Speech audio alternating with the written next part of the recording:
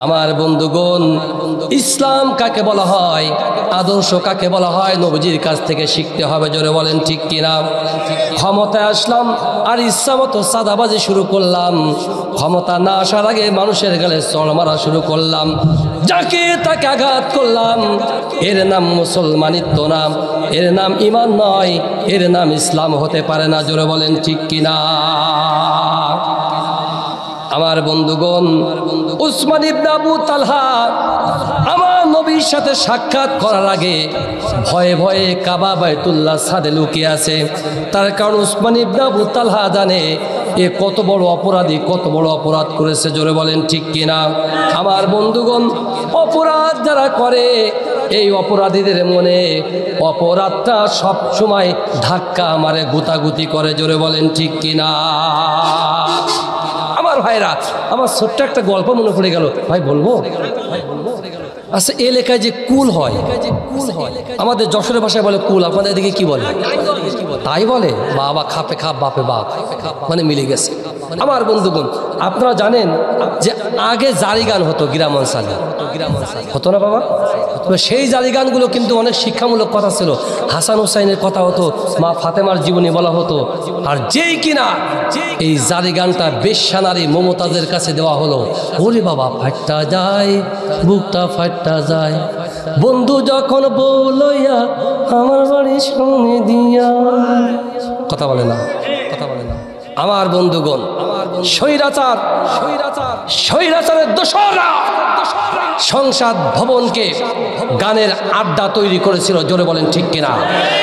এই সংসদ, পবিত্র সংসদ হলো বঞ্চিত নিষ্পেষিত মানুষের অধিকার আদায়ের জায়গা। জোরে বলেন ঠিক কিনা? আর সেই সংসদ ভবনে মমতাজ যে বলে, মাননীয় স্পিকার আর একটা গান বলবো। কথা বলে না, কথা বলে না, কথা বলে না। সংসদ ভবন কি গান গাওয়ার জায়গা ভাই? আমার বন্ধুগণ, তো ওই যে বললাম যে এক গ্রামে একটা গান হচ্ছে, ওই গ্রামের দুইটা পাড়া, ও যে পাড়ায় গান হচ্ছে অন্য পাড়ার একজন মহিলা চিন্তা করছে, আরে যারি গান হচ্ছে একটু যাই যে গানটা শুনে আসি। আমার বন্ধুগণ, মহিলা যেতে যেতে যেতে যেতে দেখে রাস্তার ধারে ইয়া বড় এক কুল গাছ, তারপর টক কুল গাছ, কুল পেকে একেবারে হলুদ হয়ে আছে।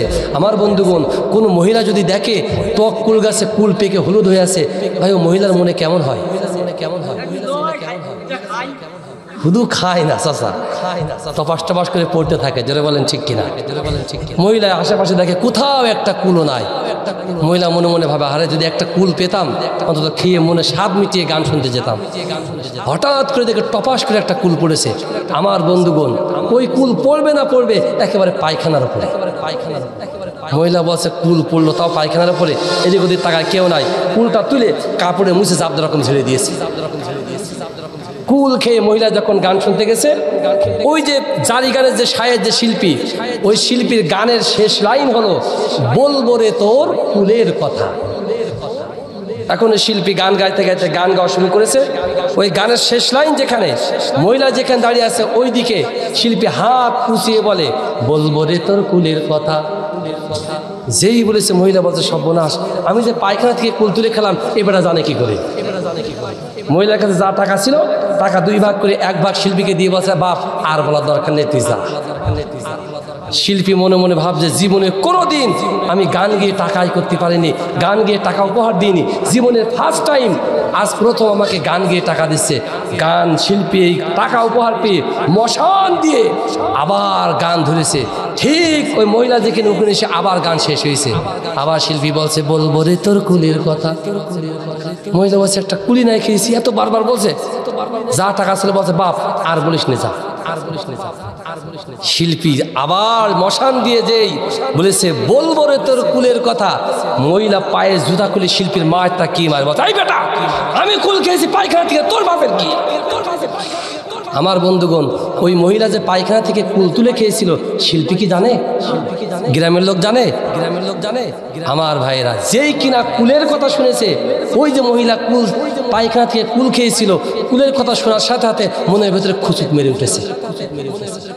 আমার বন্ধুগণ, এই 5 তারিখের পরে আপনারা দেখেছেন, শুধুমাত্র সাতক্ষীরার জমিন নয়, গোটা বাংলার জমিন থেকে বিভিন্ন গ্রাম থেকে, বাজার থেকে, এলাকা থেকে, এমনকি মসজিদের সভাপতি পর্যন্ত এলাকা থেকে হাওয়া হয়ে গেছে, লাপাত্তা হয়ে গেছে। জোরে বলেন ঠিক কিনা? তার কারণ কি? তার কারণ কি? তার কারণ কি? মসজিদের সভাপতি আবার ইমাম সাহেবের নামে গোপনে গোপনে নাশকতার মামলাও দিয়েছে। ইমাম সাহেব জানে না, শিল্পী তো জানে যে এই বেটা মনে মনে কি করেছে। জোরে বলেন ঠিক কিনা? আমার ভাইরা, ডক্টর মিজানুর রহমান আজহারি আমার যশোরের বুকে তাফসির মাহফিলে শুধুমাত্র বলেছে, এক দল খেয়ে গেছে আর এক দল রেডি হয়ে বসে আছে। যেই এই কথা শুনেছে কিছু কিছু মানুষের গায়ে আগুন ধরে গেছে। হ্যাঁ, ডক্টর আজহারি কি কারণ নাম ধরে বলেছে? ওই যে বলবো রে তোর কুলের কথা, মনে খুচুত মেরে উঠেছে, আমি তো এই কাজ করছি। আমার ভাইরা গভীর মনোযোগ। উসমান ইবনে আবু তালহা মক্কা বিজয় হওয়ার পরে চিন্তা করলো, আজকে যদি আমি আব্দুল্লাহর পুত্র মুহাম্মাদের সামনে যাই, আমার আজকে রেহাই হবে না, দুনিয়া থেকে বিদায় নিতে হবে। আমার বন্ধুগণ, উসমান ইবনে আবু তালহা কি অপরাধ করেছিল? আমার নবী নবুয়ত পাওয়ার পরে আল্লাহ রাব্বুল আলামিন নবীর পর যখন নামাজ ফরজ করলেন, আল্লাহ রাসূল কাবা বাইতুল্লাহতে যখন নামাজ পড়তে যেতেন, আবু জেহেল আবু লাহাবের বংশধর নাতিপুতির আল্লাহ রাসূলকে নামাজ পড়তে দিত না। আমার নবীজি সিজদায় যেতেন আল্লাহ রাসূলকে দুনিয়া থেকে বিদায় করে দেওয়ার জন্য। আবু জেহেলের বংশধরেরা রাসূলের মাথার উপরে উঠে ভুঁড়ি চাপিয়ে দিত। আমার বন্ধুগণ, আমার নবীর মনে সব সময় খায়ের জাগত, তামান্না ছিল, যদি কাবা বাইতুল্লাহ চাবিখানা পেতাম, কাবার মধ্য যে নামাজ আদায় করে সিজদায় যে আমার মনিবের সাথে প্রেম নিবেদন করতে পারতাম। আমার নবী একদিন কাবাতে নামাজ পড়তে আসলেন। রাসূল সাল্লাল্লাহু আলাইহি সাল্লাম দেখলেন ওই কাবা বাইতুল্লাহ চাবি রক্ষক উসমান ইবনে আবু তালহা কাবা বাইতুল্লাহ তালা লাগিয়ে বাড়ির দিকে যায়। আল্লাহ রাসূল উসমান ইবনে আবু তালহার কাছে এসে বলেন, ও উসমান ইবনে আবু তালহা রে, এই কাবা বাইতুল্লাহ চাবিটা যদি আমার কাছে দিতে, আমি একটু কাবা বাইতুল্লাহর মধ্যে যে মনের সুখে আমার মনিবের সাথে প্রেম নিবেদন করতে পারতাম। আমার বন্ধুগণ, এই কথা যেই বলেছেন উসমান ইবনে আবু তালহা আল্লাহ রাসূলকে অকথ্য ভাষায় গালিগালাজ করা শুরু করলো, আমার নবীকে ভৎসনা করা শুরু করলো। বলল, মুহাম্মদ রে, তোমার মতো গরিব অসহায় এতিম মিসকিন এই কাবা বাইতুল্লাহ চাবি চাওয়ার সাহস থাকে কোথা থেকে? কোশ্চিন কালেও কাবার ভেতরে প্রবেশ করা তো দূরের কথা, এই কাবা বাইতুল্লাহ চাবিটা পর্যন্ত তুমি টাচ করতে পারবে না। আমার বন্ধুগণ, আমার নবীজি উসমান ইবনে আবু তালহার কথা শোনার পরে মনে কষ্ট পেলেন। নবীজির অজান্তে নবীজির দুই চোখ দিয়ে দরদর করে পানি পড়া শুরু হয়ে গেল। আল্লাহ রাব্বুল আলামিন জিব্রাইলকে বলে, জিব্রাইল এখনই যাও আমার বন্ধুকে জানিয়ে দাও, ইয়া রাসূলুল্লাহ, ইয়া হাবিবাল্লাহ, হুজুর আপনি কাঁদবেন না, এমন একটা সময় আসবে, এমন একটা টাইম আসবে যে সময় আল্লাহ রাব্বুল আলামিন এই মক্কাতুল মুকাররমার প্রেসিডেন্সি ক্ষমতাটা আল্লাহ রাব্বুল আলামিন আপনার হাতে উঠিয়ে দেবেন। জোরে বলুন সুবহানাল্লাহ। আল্লাহ রাসূল উসমান ইবনে আবু তালহাকে বলে, ও উসমান ইবনে আবু তালহা, এমন একটা সময় আসবে আল্লাহ রাব্বুল আলামিন এই কাবা বাইতুল্লাহর প্রেসিডেন্ট আল্লাহ তাআলা আমাকে বানিয়ে দেবেন। ও উসমান ইবনে আবু তালহা, সেই দিন কি তুমি এই কাবা বাইতুল্লাহ চাবিখানা আমার হাতে দেবে? রাসূল যখন এই কথা বললেন, উসমান ইবনে আবু তালহা বলল, মুহাম্মদ রে, ক্ষমতা যাওয়ার স্বপ্ন দেখো না, তার কারণ আমার নেতা যতদিন আছে ক্ষমতা ততদিন আমাদের লক্ষ্য উদ্দেশ্য 2042। কথা বলে না? আছে না নাই? আমার বন্ধুগণ, যতই আলটিমেটাম দিক না কেন, ওই বুবুর এদেশে আর ঠাই হবে না। জোরে বলেন ঠিক কিনা? ওরে কেউ ফেরে না খালি হাতে, খাজা তোমার দরবারে। ওই দরবারে যাও, ওই দরবারে যাও। আবার মাঝে মাঝে বলছে এখানে ভয়টা থাকতে পারছি না। কেন? বলছে পাকিস্তান এমনভাবে জোরে জোরে মিসাইল মারছে, যদি আমার ঘাড়ে এসে মারে। আমার বন্ধুগণ, এই ভয়তে বারবার ঝুঁকি মারছে কখন বাংলাদেশে পার হবে। আমি আপনাদের কাছে অনুরোধ করতে চাই, যার বাড়ি যা আছে ঝাঁটা ছিঁড়া জুতো যা আছে সর্বদা প্রস্তুত থাকতে হবে। বাংলার জমিনে স্বৈরাচার আওয়ামী লীগের স্থান হবে না, হবে না। জয় বলেন ঠিক কিনা? আমার বন্ধুগণ, আবার যদি পুনরায় ঢুস করে বাংলাদেশে ঢুকতে চায়, আপনারা মুড়ো ঝাঁটায় পায়খানা মাখিয়ে ওকে ঝাঁটিয়ে বাংলার জমিন ছাড়া করে দিল্লিতে পাঠিয়ে দেবো। জয় বলেন ঠিক কিনা? আমার বন্ধুগণ, পাকিস্তান মিসাইল এখনো ঝাড়েনি, তাই ভয়তে থরথর করে কাঁপছে। আমার নিয়ে যা, ও সোনা ছেলেরা আমার নিয়ে যাও। কথা বলে না, কথা বলে বা আব্বার দেশ, তাহলে আর কি বলবো? আব্বার দেশ যখন, আমার বন্ধুগণ, আব্বার দেশ এমনভাবে কায়েম করেছে, যেখানে উদ্বোধন সেখানে আব্বা, রাস্তা উদ্বোধন আব্বা, পায়খানা ঘর উদ্বোধন সেখানে আব্বার ছবি। বাজারে বাজারে যে গণ টয়লেট হয়, এই টয়লেটে যারা সাধারণ মানুষ বাজারে যে একটু পায়খানা লাগে ভয়ে ভয়ে যেতেও পারে না। শেখ মুজিবের ছবি রিজু তাকায়, ও পকেটেও রয়েছে। আমার বন্ধুগণ, উসমান ইবনে আবু তালহা ভয় পেয়ে গেছে। আল্লাহ রসুল সাল্লাল্লাহু আলাইহি সাল্লাম মক্কা বিজয় করলেন। আমার নবীজি আলীকে বলে, ও আলী, ওর মুখটা উঁচু করো, কে আমি দেখছি। আমার বন্ধুগণ, হযরত আলী কারামাল্লাহু ওয়াজহু উঁচু করলেন। আল্লাহ রসুল বলছে, ও উসমান ইবনে আবু তালহা, আজকের আর লুকিয়ে থেকে লাভ নাই। তার কারণ স্বৈরাচারের যখন পতন হবে, স্বৈরাচারের নাতি পুতিরা পালানোর জন্য একটা ইঁদুরের গর্ত পর্যন্ত খুঁজে পায় না। জোরে বলেন ঠিক কিনা? কোরআনের পাখি আল্লামা দেলোয়ার হোসেন সাঈদী ভবিষ্যৎবাণী করেছিল, বাংলার জমিনে স্বৈরাচারের যেদিন পতন হবে, বাংলার জমিনে স্বৈরাচাররা পালানোর জন্য একটা ইঁদুরের গর্ত পর্যন্ত খুঁজে পাবে না। জোরে বলেন ঠিক কিনা? সালমান এফ রহমান পীর বাবা, ওরে বাবা, দরবেশ বাবা, ইয়া বড় দাড়ি, 1 নাম্বার লুচ্চা। আমার বন্ধুগণ, 5 তারিখের পরে যখন পালাতে গেল, দাড়ি চেয়েছে, সাদা পাঞ্জাবি খুলে কিস্তিতে করে পালাতে গেল। পুলিশরা বলছে, বেটা বহুত ঝামেলা করেছি, আর পালানোর জায়গা পাবি না। জোরে বলেন ঠিক কিনা? উসমান ইবনে আবু তালহা নিচে নেমে আসলো। আল্লাহ রাসূল বলছে, ও উসমান ইবনে আবু তালহা, আল্লাহ রাব্বুল আলামিন আজকের মক্কার প্রেসিডেন্সি পাওয়ারটা আমার কাছে দিয়েছে। ও উসমান ইবনে আবু তালহা, কাবা বাইতুল্লাহ চাবিটাকে আজকে আমার কাছে দেবে? আমার বন্ধুগণ, গভীর মনোযোগ। আল্লাহ রাসূল উসমান ইবনে আবু তালহাকে ধমক দিলেন না, রূঢ় আচরণ করলেন না। নবীজির স্বভাবজাত কণ্ঠে যখন নরম সুরে বললেন, উসমান ইবনে আবু তালহা রে, এই কাবার চাবিটাকে আজকে আমার হাতে দেবে।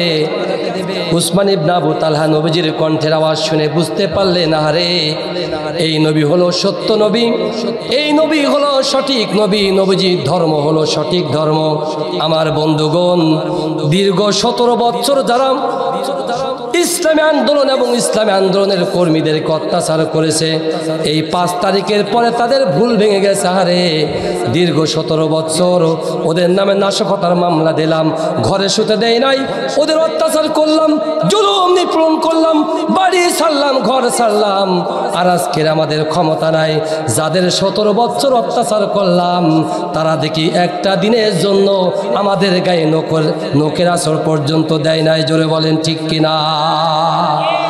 আমার বন্ধুগণ, উসমান ইবনে আবু তালহা আল্লাহ রসুলকে বলে, ইয়া রাসূলুল্লাহ, হে হাবিবাল্লাহ, হুজুর, আমি বুঝতে পারি না আপনি একজন সত্যিকারের নবী। ওগো নবীজি, এই কাবা বাইতুল্লাহ চাবি নিয়ে মাতব্বরি নেতৃত্ব আমার প্রয়োজন নাই। ওগো নবীজি, এই কাবার চাবিটা আপনি নেন। ইয়া রাসূলুল্লাহ, কিন্তু আপনি আমাকে ইমানের কালিমা থেকে মাহরুম করবেন না গো নবীজি। আমার মাতব্বরি প্রয়োজন নাই, নেতৃত্ব প্রয়োজন নাই। ইয়া রাসূলুল্লাহ, কাবার চাবি আপনি নেন, কিন্তু আপনি আমাকে ইমানের কালিমা থেকে মাহরুম করবেন না। আল্লাহ রাসূল উসমান ইবনে আবু তালহাকে পাশে বসিয়ে হাতটা ধরলেন আর বলেন, উসমান ইবনে আবু তালহা রে, তুমি পড়ে নাও লা ইলাহা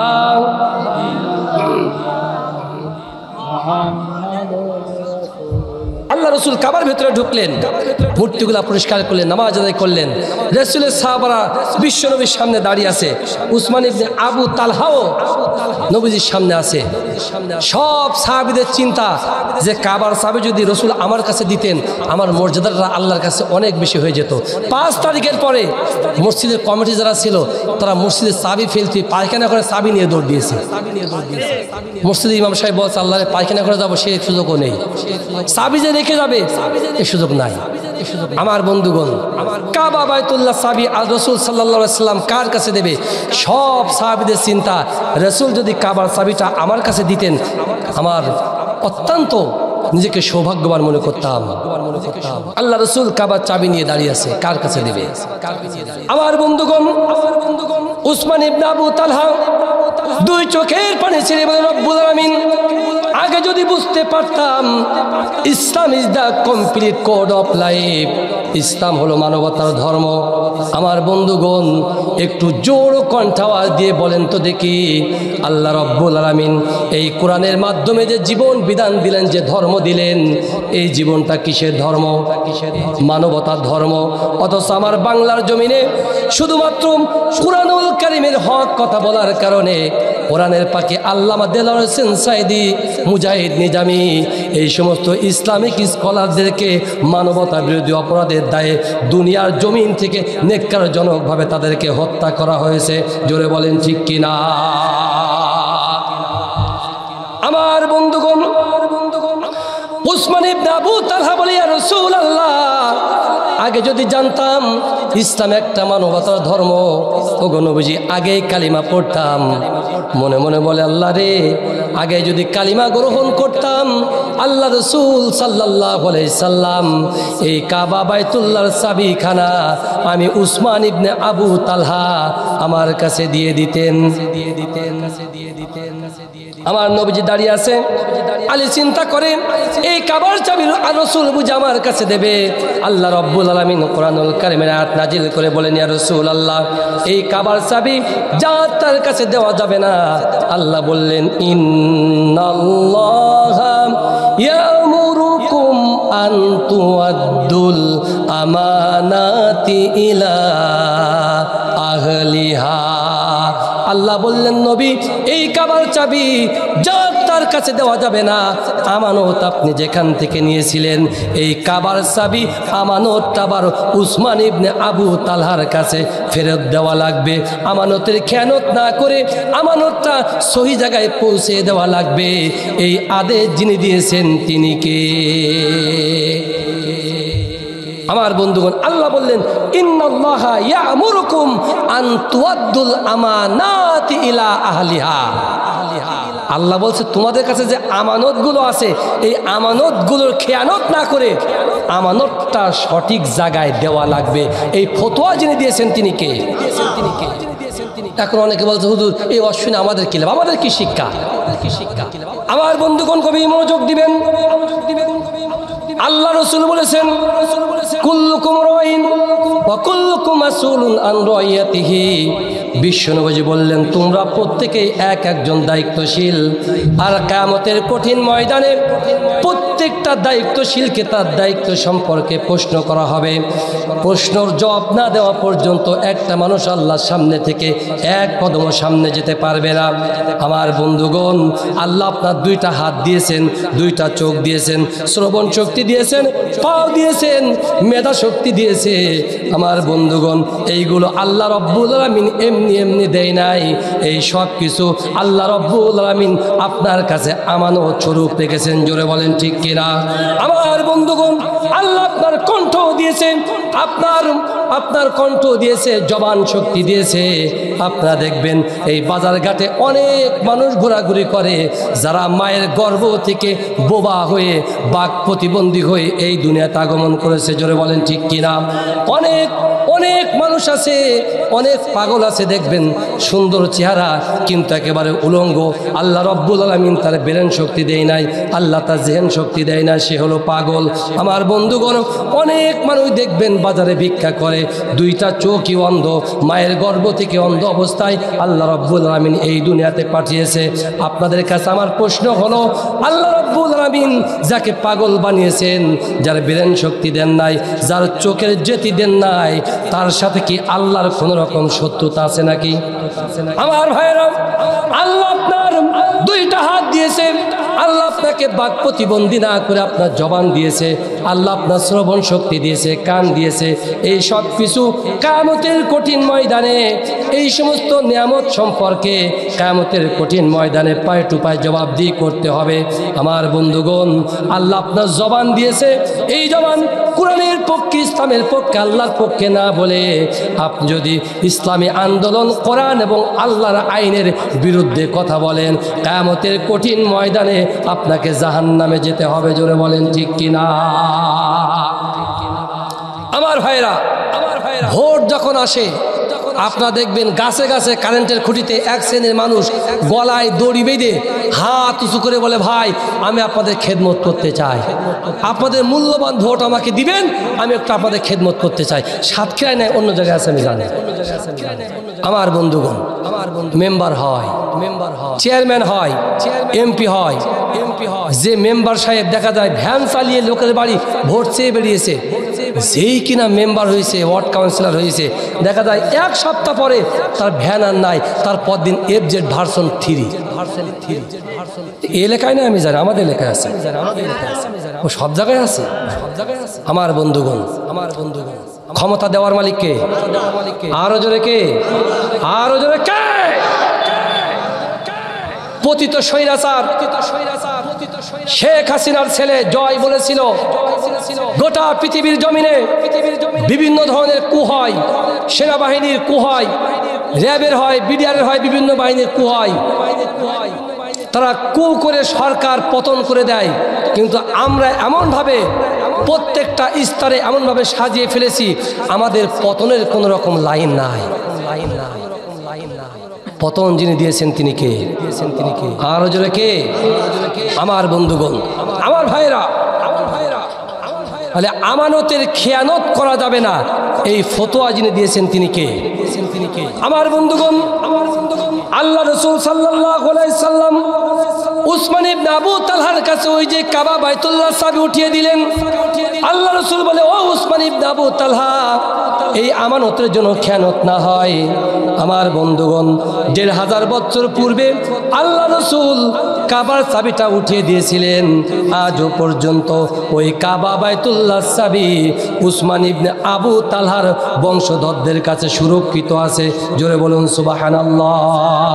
আমার বন্ধুগণ, একটা কাবার চাবির আমানতের খেয়ানত যদি না হয়, আমার নবী দুনিয়া থেকে যখন বিদায় হয়ে যাচ্ছিলেন, আল্লাহ রাসূল বলে গেছেন, আন আবি হুরায়রা রাদিয়াল্লাহু তাআলা قال قال رسول الله صلى الله عليه وسلم تركت فيكم شيئين لن تضلوا بعدهما كتاب الله وسنتي।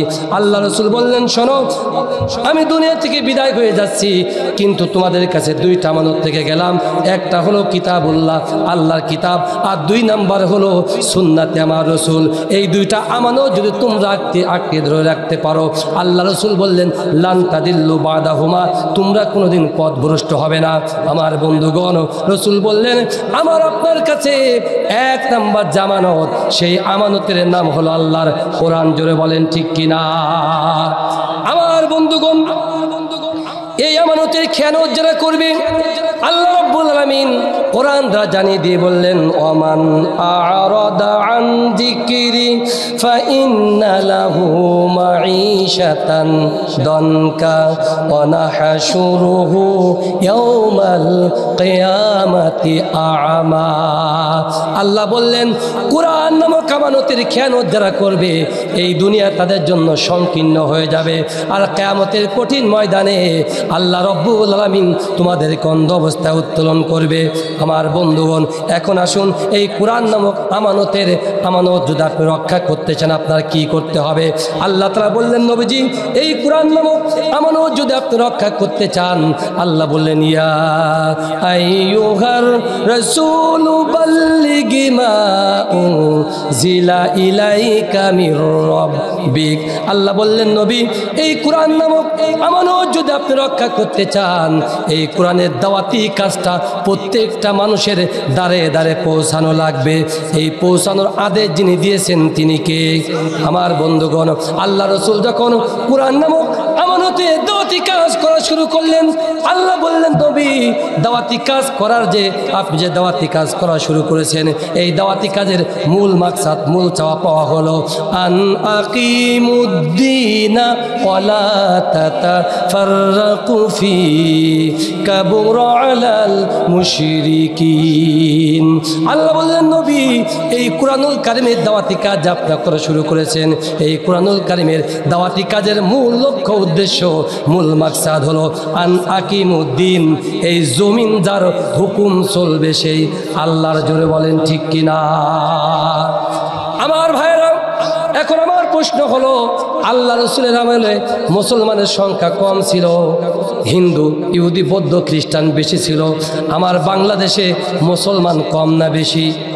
আমার বন্ধুগণ, ওই সময় আল্লাহ কুরআন কায়েম করতে বলেছে, কিন্তু আমার দেশে তো মুসলমান বেশি। কুরআনুল কারীমের আইন, কুরআনুল কারীমের রাজ কায়েম কি প্রয়োজন? আমার ভাইরা, আসুন মূল পয়েন্টে কথা বলা শুরু করি। আমার বাংলার জমিনে যদি আল্লাহর কুরআনুল কারীমের রাজ কায়েম হয়ে যায়, কুরআনী বিধান কায়েম হয়ে যায়, আমার বাংলাদেশের কি লাভ? বাংলাদেশের মানুষের কি লাভ? খেটে খাওয়া জনগণের কি লাভ? যারা রাজমিস্ত্রি করে তাদের কি লাভ? যারা ভ্যান চালিয়ে খায় তাদের কি লাভ? যারা অন্যের ঘেরে মাছের কাজ করে তাদের কি লাভ?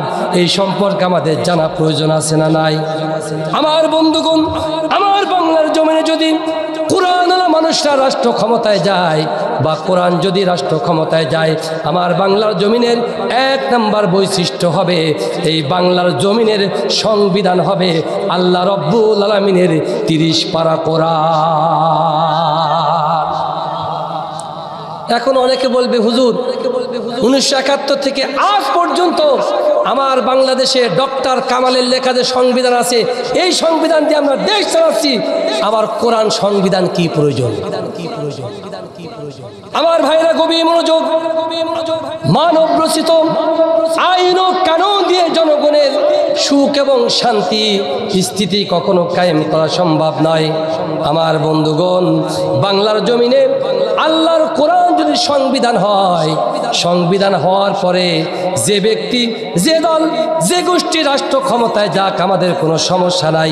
বিএনপির ভাইরা রাষ্ট্র ক্ষমতায় যাক, কোনো সমস্যা নাই। জামাত ইসলামী রাষ্ট্র ক্ষমতায় যাক, তাতেও সমস্যা নাই।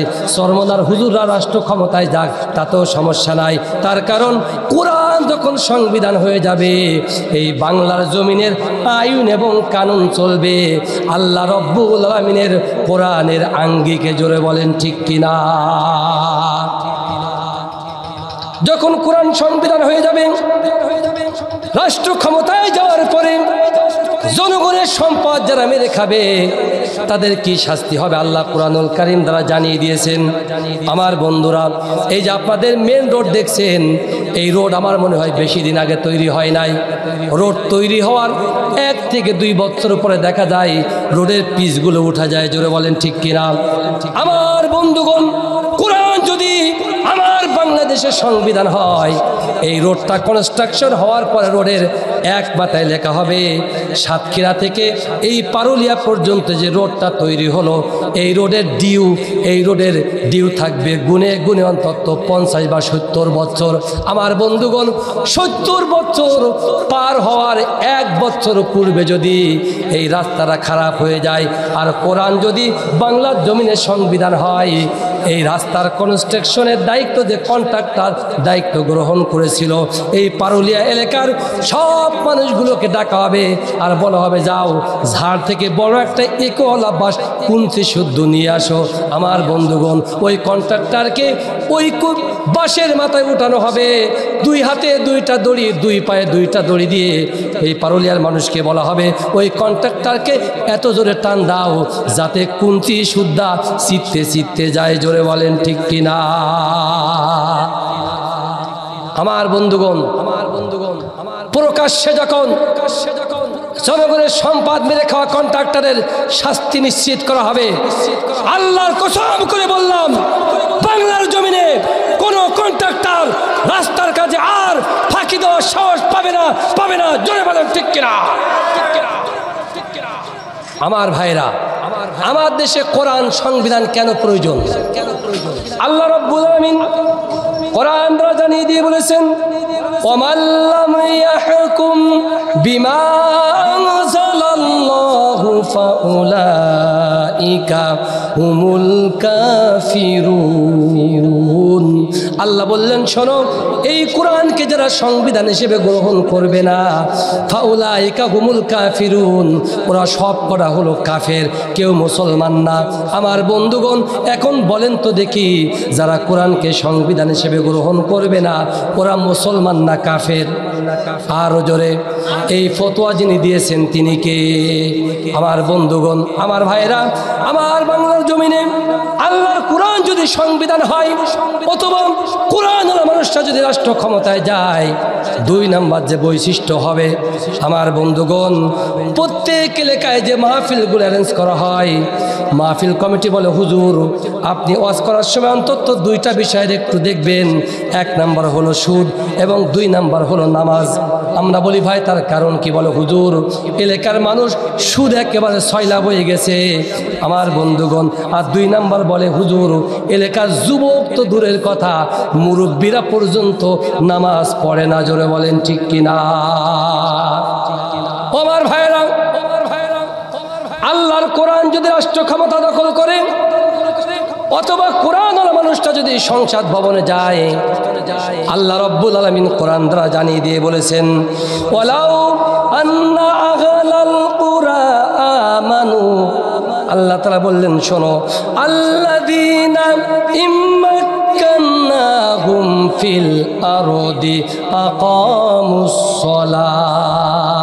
আল্লাহ বললেন, কোরআনওয়ালা মানুষটা যখন রাষ্ট্র ক্ষমতায় যাবে, এই কোরআনওয়ালা মানুষরা সংসদ ভবনে যাওয়ার পরে তারা প্রথমে যে বিল পাশ করবে, সেই বিলটার নাম হলো বাংলাদেশ হবে নামাজ ভিত্তিক একটা রাষ্ট্র ব্যবস্থা।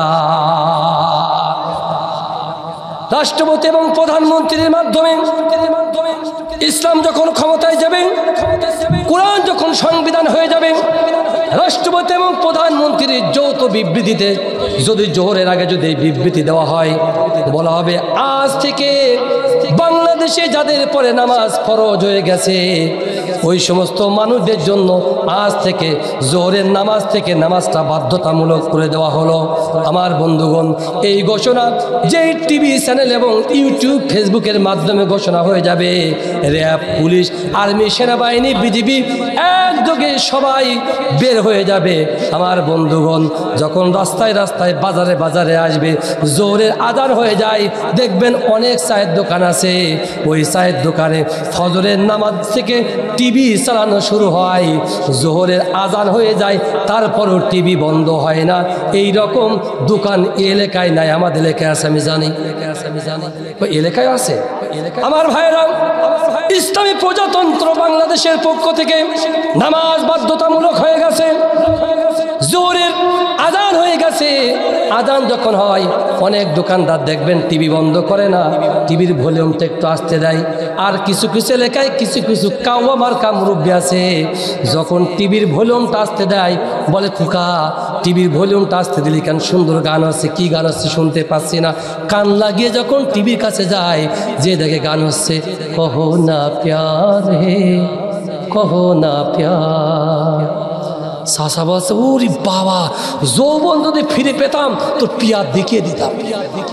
আমার বন্ধুগণ, চাচা দিকে কান লাগিয়ে গান শুনছে, আর সেনাবাহিনীর দিক থেকে এসে কাপড়টা আস্তে করে উঠিয়ে দেখবেন হাতে 2.5 হাতে 2 হাতে মাল, ওই দিয়ে যেই কিনা কুপানো শুরু করবে, চাচা বলবে, পেয়ারার দরকার নাই, জীবন যদি বাঁচাতে চাস আগে চল সেকেন্দারার মসজিদে, ইমাম সাহেবের পিছনে আগে দাঁড়ায় জীবন বাঁচানোর জন্য। আল্লাহু আকবার। কথা বলেন, কথা বলেন। আমার ভাইয়েরা, আমার বন্ধুগণ, আমি প্রথমেই বলেছিলাম, মুহাদ্দিস সহিবুল বাশারের মতো বিজ্ঞ আলেম ওয়াজ করার পরে আর ওয়াজ করার প্রয়োজন নাই। তাদের মতো মানুষের ওয়াজ শোনার পরে মানুষের হেদায়েত অবশ্যই হতে হবে। আমার বন্ধুগণ, কিন্তু হেদায়েত হবে না কিয়ামত পর্যন্ত। বাংলার জমিনে ওয়াজ নসিহত যাই হোক না কেন, মুসলমানরা নামাজ পড়বে না, নামাজ কায়েম হবে না, হবে না, হবে না। জোরে বলেন ঠিক কিনা? আমার বন্ধুগণ, শুধু একটাবারের জন্য বাংলার জমিনে কোরআনের রাজ কায়েম করে দেখে দেন। আমার বন্ধুগণ, বাংলার জমিনে কোরআনের মানুষরা রাষ্ট্র ক্ষমতায় যাওয়ার সাথে সাথে বাংলার জমিনের তাওহীদি জনতা আল্লাহর কোরআনের ভয়ে, রাষ্ট্র ক্ষমতার ভয়ে আল্লাহর ঘর মসজিদ আশ্রয় গ্রহণ করবে। জোরে বলেন ঠিক কিনা? আমার ভাইরা, এত ওয়াজ নসিহত হয়, তাবলিগ জামাতের ভাইরা এত তাবলিগ খোলা কাজ করে, 71 থেকে আজ পর্যন্ত এত তাবলিগি কাজ হয়েছে। আমার দেশে কি নামাজ কায়েম হয়েছে? কোনোদিন হবে না। একটাবারের জন্য কোরআন আল্লাহ মানুষদের রাষ্ট্র ক্ষমতায় পাঠিয়ে দিয়ে দেখেন। আল্লাহর কসম করে বললাম, বাংলার জমিনে নামাজ কায়েম হতে 1 মাস নয়, 1 সপ্তাহের মধ্যে বাংলার জমিনের মুসলমানরা মসজিদ মুখ হয়ে যাবে। জোরে বলেন ঠিক কিনা? আমার ভাইয়েরা, এই কথা, এই ওয়াজ যখন মানুষের দ্বারা দ্বারা যে বলবেন, ভাই অন্তত এইবারের জন্য ভোটটা অন্তত কোরআনওয়ালা মানুষদের পক্ষে দিও। কিছু কিছু মুরব্বী বলবে, আমার ঠেকা পড়েছে, কোরআন নামাজ কায়েমে আমার কি লাভ? 71 থেকে আজ পর্যন্ত ভোট দিচ্ছি, যে ভ্যান চালাতাম সে ভ্যান চালিয়ে খাচ্ছি, লোকের ঘেস চোখে দিতাম, এখনো ঘেস চোখে দিচ্ছি। কথা বলে না? অনেক মুরব্বী আছে লোকের ঘের পাহারা দিয়ে দিয়ে দিয়ে দিয়ে 70 বছর বয়স হয়েছে, এখন আর দেহ চলে না। আছে না নাই? আছে না নাই? আছে না নাই? আমার বন্ধুগণ, কবি মনোযোগ, আল্লাহর কসম করে বললাম, বাংলার জমিনে যদি কোরআনের রাজ কায়েম হয়ে যায়, বাংলাদেশ যদি ইসলামী প্রজাতন্ত্র বাংলাদেশ হয়ে যায়, আল্লাহ রাব্বুল আলামিন কোরআন দ্বারা ওয়াদা করেছেন। আল্লাহ রাব্বুল আলামিন বলেছেন, যদি জনপদের মানুষেরা আল্লাহর আইনটা বাস্তবায়ন করে, এই জনপদে একটা মানুষের অভাব অনটন থাকতে পারে না। আল্লাহ তাআলা কোরআন জানিয়ে দিয়ে বলেছেন, ওয়ালাউ আন্না আহলাল কুরা আমানু ওয়াত্তাকাউ লাফাতাহনা আলাইহিম বারাকাতিম মিনাস সামাই ওয়াল আরদ। আল্লাহ বললেন, শোনো, যদি দেশের মানুষেরা আল্লাহর কোরআনের আইনটা মেনে নেয়, আল্লাহ বললেন আসমান এবং জমিনের মধ্যে যত রকম ফাঁকা জায়গা আছে, সমস্ত ফাঁকা জায়গাগুলো আল্লাহ রব্বুল আলামিনের রহমতের বৃষ্টির মাধ্যমে এই জায়গাটা ভরিয়ে দেবেন। জোরে বলুন সুবহানাল্লাহ। আমার বন্ধুগণ, ছোট্ট একটা উদাহরণ দেব। আপনাদের মাথার উপরে কিন্তু ফাঁকা শামিয়ানা নাই, আমার মাথার উপরে শুধু কাপড়। এখন যদি অজর যারাই বৃষ্টি পড়ে, আপনাদের মাথায় বা আমার গায়ে বৃষ্টি পড়বে কিনা? কথা বলেন, কথা বলেন। এখন যদি পানি হওয়া শুরু হয়, বৃষ্টি হওয়া শুরু হয়, আমাদের গায়ে কি পানি পড়বে? বৃষ্টি লাগবে? বৃষ্টি লাগবে। কিন্তু যদি আপনাদের মাথার উপর টিন দিয়ে ছেড়ে দেওয়া হয়, যতই বৃষ্টি আসুক, আমাদের গায়ে কি বৃষ্টি লাগবে? বৃষ্টি লাগবে। আমার বন্ধুগণ, আমার দেশে সুদ ভিত্তিক ব্যাংকিং ব্যবস্থা, আমার দেশে সুদ ভিত্তিক অর্থ ব্যবস্থা, প্রত্যেকটা বাড়িতে বাড়িতে মানুষ সমিতি নিয়ে সুদ গ্রহণ করে নিজের ফ্যামিলিকে ধ্বংস করছে, এলাকা ধ্বংস করছে, ইমান আমল ধ্বংস করছে, সব কিছু ধ্বংস করছে। জোরে বলেন ঠিক কিনা? আল্লাহ রাসূল বলেছেন, সুদ খাওয়ার 70টার মতো গুনাহ আছে, সব থেকে ছোট গুনাহ হলো নিজের গর্ভধারণী মায়ের সাথে জিনা করলে যে গুনাহ, সব থেকে ছোট গুনাহ হলো সেই গুনাহ। আমার বন্ধুগণ, কোনো মানুষ যদি মায়ের সাথে জিনা করে এই মসজিদে জুমার নামাজ পড়াতে আসে, আপনারা তার নামাজ পড়াতে দেবেন? কেন? কি করেছে সে? কেন? কি করেছে সে? কেন? কি তোর বাবা সুদ খেয়েছে, তোর বাবা সুদ খেয়েছে, মার সাথে জিনা করেছে, এখন যদি নামাজ পড়তে ইমামতি করতে আসে, তার ইমাম হিসেবে গ্রহণ করবেন? সুদ তো ঘরে ঘরে আছে, এখন সুদ নেই কোথায়? 50,000, 40,000, 30,000 সমিতি নেন, এটা সুদ না? এরা সুদ না? বাস এরা সুদ না, এরা সমিতি। আমার বন্ধুগণ, বাংলার জমিনে যদি কোরআনের রাজ কায়েম হয়ে যায়, সমস্ত সুদ ভিত্তিক লেনদেন আমার বাংলার জমিন থেকে চিরতরে নিষিদ্ধ ঘোষণা করে সুদের পরিবর্তে আমার দেশে যাকাত ভিত্তিক অর্থ ব্যবস্থা চালু করা হবে। জোরে বলেন ঠিক কিনা? আমার বন্ধুগণ, গভীর মনোযোগ। ইসলাম যদি ক্ষমতা আসে, সাধারণ খেটে খাওয়া মানুষের কি লাভ, গরিব মানুষগুলোর কি লাভ? আমার বন্ধুরা, আমার দেশে যারা গরিব, যারা বড় লোক মানুষ, যারা ধনী মানুষ, এই ধনী মানুষরা কোনোদিন চায় না আমার বাংলাদেশে ইসলাম কায়েম হোক, কোরআনের রাজ কায়েম হয়ে যাক। আল্লাহর কসম করে বললাম, খবর নিয়ে দেখবেন এলাকায় যার যত বেশি টাকা সে তত বেশি ইসলামের বিরোধিতা করে। জোরে বলেন ঠিক কিনা? তার কারণ আবু জেহেল ছিল তৎকালীন অন্যতম ধনী মানুষ। এই আবু জেহেল ছিল ইসলামের সব থেকে বড় শত্রু। জোরে বলেন ঠিক কিনা? আবু লাহাব ছিল অন্যতম ধনী মানুষ। আবু লাহাব ছিল ইসলামের সব থেকে বড় শত্রু। আজও দেখবেন যাদের যত বেশি টাকা ওরা ইসলামের তত বেশি বিরোধিতা করে। ওরা চায় না এই জমিনে আল্লাহর কোরআনের আইন কায়েম হয়ে যাক। কেন চায় না? তার কারণ হলো আল্লাহ রাব্বুল আলামিন আদেশ দিয়েছেন, যারা ধনী মানুষ, যাদের পরে যাকাত ফরজ হয়েছে, ওই সমস্ত মানুষরা 100 টাকায় 2.5 টাকা যাকাত দেবে গরিব মানুষগুলোর। আমার বন্ধুগণ, বাপের সম্পত্তিতে সন্তান যেমন হকদার, একজন ধনী মানুষের সম্পত্তিতে এই সমাজের প্রত্যেকটা গরিব মানুষ তদ্রূপ হকদার। জোরে বলেন ঠিক কিনা? আমার বন্ধুগণ, এই জন্য ধনী মানুষরা জানে ইসলাম যদি বাংলার জমিনে কায়েম হয়ে যায়, ওরা তত সময় পর্যন্ত নিরাপত্তা পাবে না যত সময় না পর্যন্ত 100 টাকায় 2.5 টাকা যাকাত সরকারের কাছে জমা দিয়ে না আসবে। আমার বন্ধুগণ, যাকাত ভিত্তিক অর্থ ব্যবস্থা যখন চালু হবে, এই দেশের গরিব মানুষগুলোর কী লাভ? খেটে খাওয়া মানুষের কী লাভ? যে ঘের চকি দেয় সেই চকিদারের কী লাভ? যিনি রিক্সা চালায় তার কী লাভ?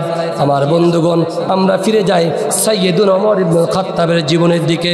ওমর ইবনুল খাত্তাব রাদিয়াল্লাহু তাআলা যখন খলিফা হলেন, ওমর ইবনুল খাত্তাব আমার নবীর একজন সাহাবীকে ডেকে বললেন, নো নবীর সাহাবী, আমার কাছে আসো।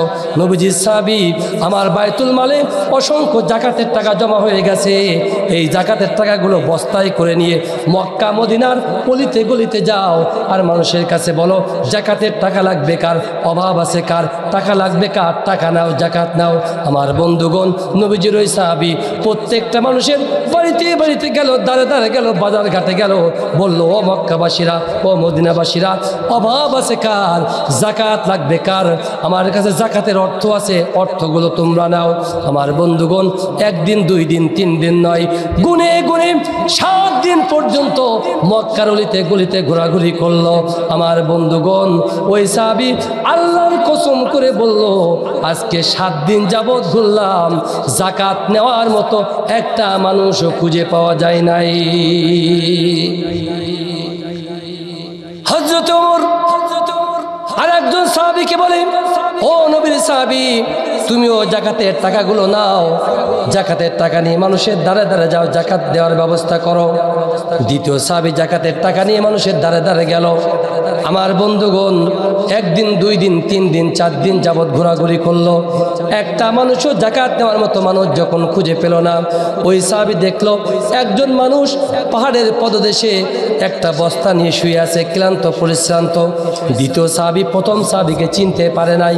দ্বিতীয় সাহাবী প্রথম সাহাবীকে বলে, ভাই, আমার মনে হয় তোমার বড় অর্থভাব, তুমি গরিব মানুষ। ও ভাই, আমার কাছে কিছু যাকাতের টাকা আছে, এই টাকাগুলো নিয়ে আমাকে একটু উদ্ধার করো, যাকাতের টাকাগুলো তুমি নাও। দ্বিতীয় সাহাবী প্রথম সাহাবীকে যখন এই কথা বলেছে, প্রথম সাহাবী বলেছে, ভাই, আপনি ভুল জায়গায় নক করেছেন।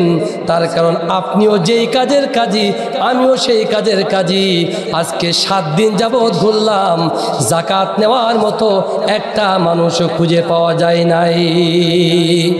আমার ভাইরা, অথচ এই সাহাবীদের এখান থেকে 4 থেকে 5 বছর পূর্বে এই সাহাবীদের খাওয়া হতো না। 1 দিন 2 দিন 3 দিন 4 দিন পর্যন্ত না খাওয়া, পেটে পাথর বেঁধে থাকতো ক্ষুধার যন্ত্রণায়।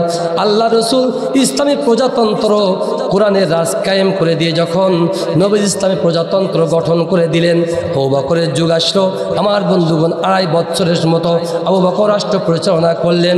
ওমর ইবনুল খাত্তাব রাষ্ট্র ক্ষমতা আসলেন।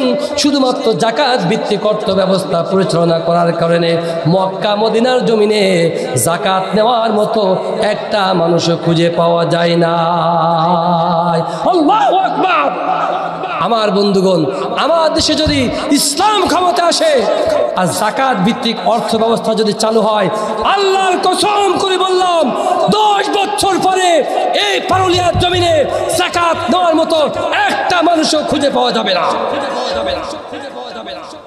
আমার বন্ধুগণ, এখনো পর্যন্ত সরকারিভাবে যেভাবে অর্থ এই পারুলিয়া অঞ্চলে আসে, যদি সঠিকভাবে বন্টন করা হতো আপনাদের চেহারা এরকম থাকতো না। আমার বন্ধুগণ, অর্থ বরাদ্দ হয় 1 কোটি টাকা গরিব মানুষের জন্য।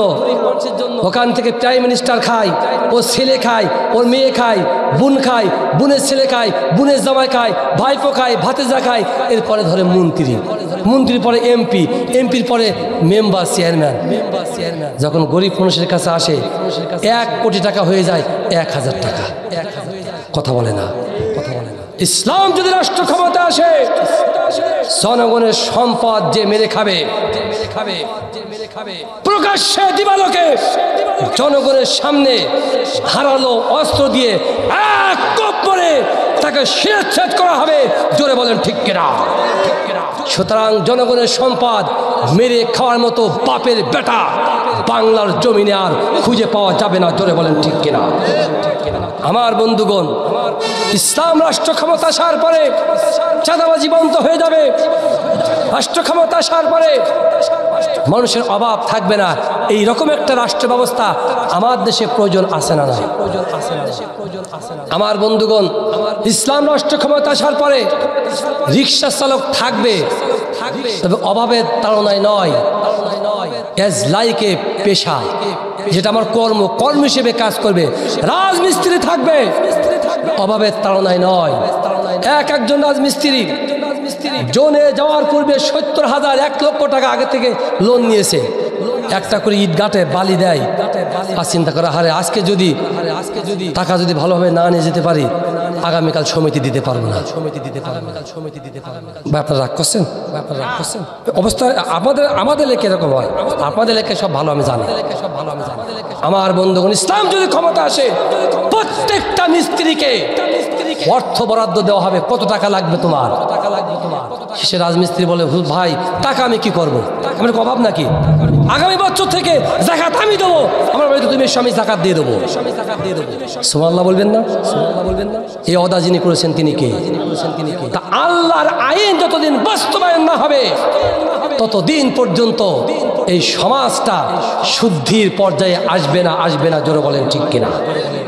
আমার বন্ধুগণ, এজন্য আজ থেকে শপথ নিতে হবে, আগামীকাল কাজে যাব, যেখানে যাব, আমাদের একটাই কথা, ভাই একটাবারের জন্য বাংলার জমিনে ইসলামওয়ালা মানুষদেরকে ক্ষমতায় দেন। একবার যদি আমার বাংলাদেশে আল্লাহর কোরআন সংবিধান হয়ে যায়, এই সংবিধান পরিবর্তন করার ক্ষমতা কোনো বাপের বেটা রাখবে না। জোরে বলেন ঠিক কিনা? ডক্টর কামালের লেখা সংবিধান 1971 থেকে আজ পর্যন্ত কতবার যে পরিবর্তন হলো, যে ক্ষমতা আসে সে সংবিধান পরিবর্তন করে। কথা বলে না? কোরআন যদি সংবিধান হয়, কারণ বাপের ক্ষমতা নাই। আল্লাহর কোরআনের একটা আয়াত কোরআন থেকে বাদ দিয়ে এই রাষ্ট্র পরিচালনা করবে। জোরে বলেন ঠিক কিনা? যে ব্যক্তি ক্ষমতা এসে আল্লাহর কোরআনের একটা আয়াত বা আইনকে বাদ দিতে চাবে, সাতক্ষীরার জমিন থেকে তাওহীদি জনতা যা আছে তাই নিয়ে ঢাকা ঘেরাও করে তাকে দিবালোকে জনগণের সামনে তাকে ফাঁসি কার্যকর করে দুনিয়া থেকে তাকে ধ্বংস করে, তাকে দুনিয়া থেকে ধ্বংস করা হবে। জোরে বলেন ঠিক কিনা? কোরআনের দিকে যারা হাত বাড়াবে বাংলার জমিনে তারা নিরাপদ থাকতে পারবে না। জোরে বলেন ঠিক কিনা? সুতরাং শুধুমাত্র একটাবারের জন্য বাংলার জমিনে কোরআনকে সংবিধান হিসেবে কোরআন মানুষদেরকে একটাবারের জন্য রাষ্ট্র ক্ষমতায় পাঠিয়ে দেখেন, এই সোনার জমিন হবে আমার সোনার বাংলা। গান গায় আমার সোনার বাংলা, আমি তোমায় ভালোবাসি। এদিক পতাকা তুলছে, আর গান গাচ্ছে আর মনে মনে বলছে কখন পতাকা উঠানো শেষ হবে, এই কাজের যে উদ্বোধন হবে 100 কোটি টাকার মধ্যে 50 কোটি আমার।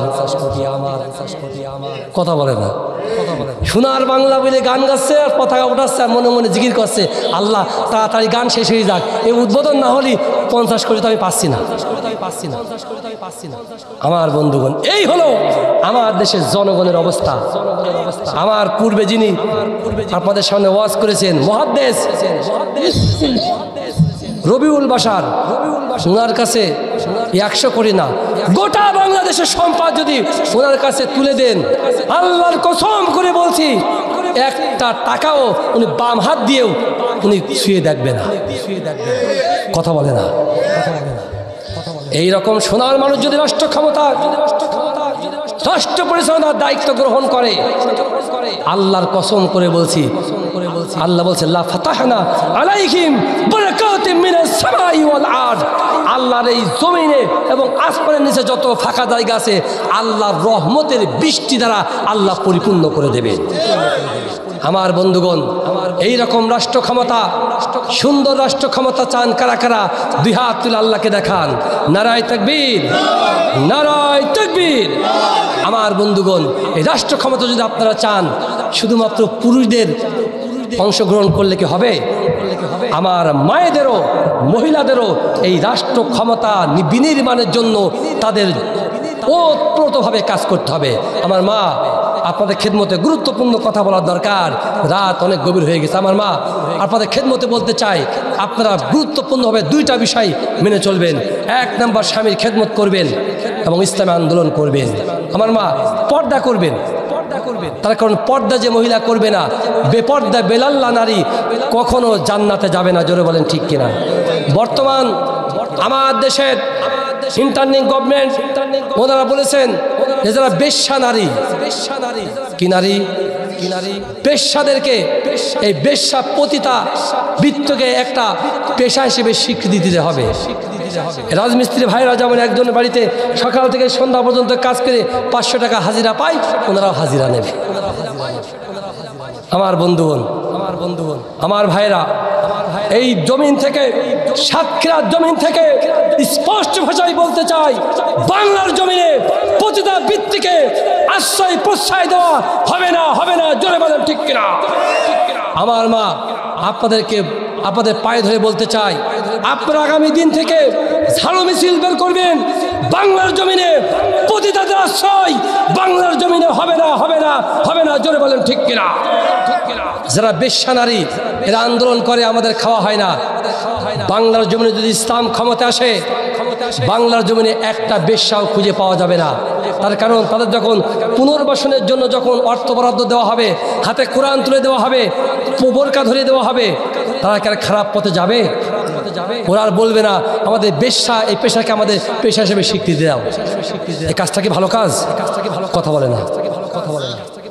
আমার জননী, আমার মা, এই জন্য আপনাদের খেদমতে বলতে চাই, আপনারা পর্দায় থাকবেন, আপনারা পর্দায় থাকবেন, ইসলাম মানবেন, কোরআনের রাজ কায়েমের পক্ষে কাজ করবেন। কোরআনের রাজ কায়েমের পক্ষে যদি আপনি কাজ না করেন, আপনার জান্নাতে যিনি নেত্রী হবে, খাতুনে জান্নাত ফাতেমা, কিন্তু আপনাকে জান্নাতে নেবে না। মহিলাদের যিনি জান্নাতের নেত্রী হবে, রানী হবে, ওনার নাম কি? ফাতেমা। এই ফাতেমাকে পর্দা করতেন না পর্দা ছেড়ে দিতেন? নিঃসন্দেহে পর্দা করতেন। আমার বন্ধুগণ, আমার মা, আপনারা মাত্র 4টা কাজ করবেন। স্বামীর খেদমত করবেন, পর্দা করবেন, শ্বশুর শাশুড়ি খেদমত করবেন, আর ইসলামী আন্দোলন করবেন। এই 4টা কাজ করলে ইমামে আজমে আবু হানিফা বলেছেন, এই 4টা কাজ করলে একজন মহিলা এই দুনিয়া থেকে আল্লাহর ওলি হিসেবে বিদায় নেবে। সুবহানাল্লাহ বিহামদিহি। আমার মা, আপনাদেরকে ইসলামী আন্দোলনের পক্ষে থাকার উদাত্ত আহ্বান রাখছি এবং পর্দা করবেন। আমার জননী, মহিলারা একটা বিষয় বারবার পুরুষদের বিরুদ্ধে বারবার অভিযোগ করে যে পুরুষরা নাকি মহিলাদের পর অত্যাচার করে। আমার মা, আপনি যদি খাতুনে জান্নাতের আদর্শটা আপনি গ্রহণ করতে পারেন, আল্লাহর কসম করে বলছি, কোনো পুরুষ আপনার পরে অত্যাচার করবে না। আমার ভাইয়েরা, আমার ভাইদের উদ্দেশ্যে একটা কথা বলতে চাই। অনেক ভাইদের অভিযোগ যে মহিলারা নাকি, নারীরা স্বামীর সাথে ভালো আচরণ করে না। যদি কোনো মহিলা স্বামীর পরে রাগ করে, স্বামীর দায়িত্ব কর্তব্য হলো বাড়ি যে স্বামীকে স্ত্রীকে একটু আদর করবেন। এই 3টা আঙুল দেখছেন, স্ত্রীর চুলের ভেতর দিয়ে একটু একবার থেকে 2বার দিয়ে দেখবেন, দেখবেন স্ত্রী সব রাগ পানি হয়ে গেছে। এখন আজকের বাড়ি গিয়ে অনেকে বাড়ি যাওয়ার পরে বলবে হুজুর বলেছে একটু ট্রাই করে দেখি। বউ ঘুমিয়ে আছে, যে চুলে হাত দিয়েছে অমনি দিয়েছে একেবারে লাথি করে দেই। বলে বেটা তুই ভীমরতি ধরে চাই এখন আছে ঘুমিয়ে তুই চুল ধরে টান দিস কেন? এই কাজটা যখন তখন এখন যে করেন না। আমার মা, আপনার স্বামী যদি আপনার পর রাগ করে রাগান্বিত হয়ে যায়।